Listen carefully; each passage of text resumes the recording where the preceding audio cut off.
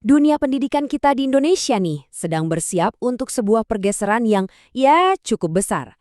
Hari ini kita bakal coba bongkar resep barunya, yaitu standar proses pendidikan yang akan mulai berlaku di tahun 2026.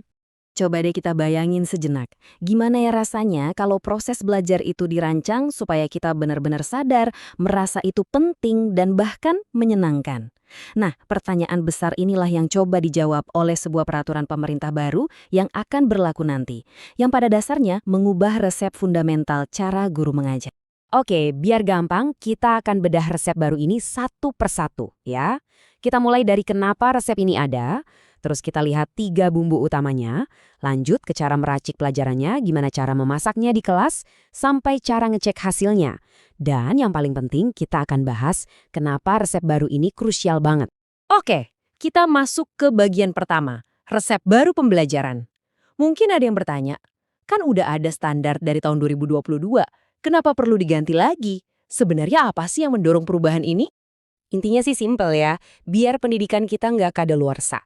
Tujuannya itu untuk menyelaraskan cara kita belajar dengan dunia yang terus berubah, dengan sains, teknologi, dan semua dinamika masyarakat.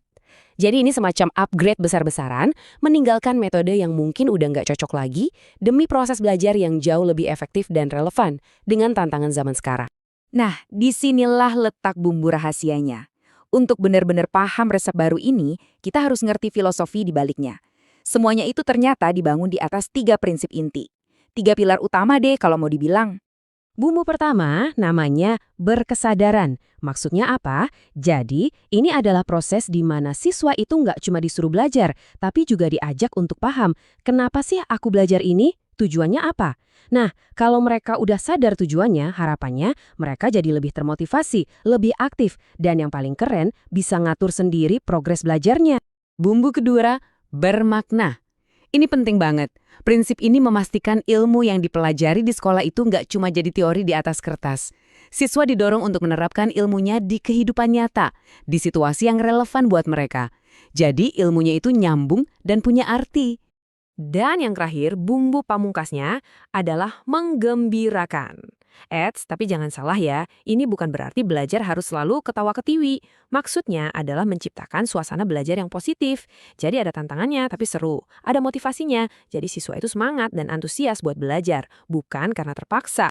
Jadi 3 hal ini, berkesadaran, bermakna, dan menggembirakan, bukan pilihan ya. Ketiganya ini adalah jantungnya, ruh dari setiap kegiatan belajar mengajar nantinya. Semuanya harus dijalankan barengan, terintegrasi satu sama lain. Oke, sekarang kita masuk ke bagian yang lebih teknis. Gimana cara guru merencanakan atau merancang pelajaran dengan resep baru ini? Ini kan fondasinya ya. Di dalam aturannya, tepatnya di pasal 5, disebutin kalau setiap rencana pembelajaran itu minimal harus punya 3 komponen utama. Pertama, tujuannya mau apa? Kedua, langkah-langkah buat nyampe ke tujuan itu gimana? Dan ketiga, cara ngukur tujuan itu udah tercapai atau belum gimana? Simpel, jelas, dan sangat terarah. Nah, ini nih bagian yang menurut saya paling seru. Gimana resep ini dimasak di dalam kelas? Peran guru di sini berubah drastis, nggak lagi sekedar komunikasi satu arah. Perubahannya itu fundamental banget. Pasal 9 ngejelasin kalau guru itu bukan lagi satu-satunya sumber ilmu yang cuma ceramah di depan kelas. Peran mereka sekarang lebih kayak jadi teladan, jadi mentor yang mendampingi, dan jadi fasilitator yang tugasnya ngebuka jalan biar siswa bisa nemuin ilmunya sendiri. Keren kan? Nah, dari sisi siswa, tujuannya adalah mereka nggak cuma pasif menerima informasi.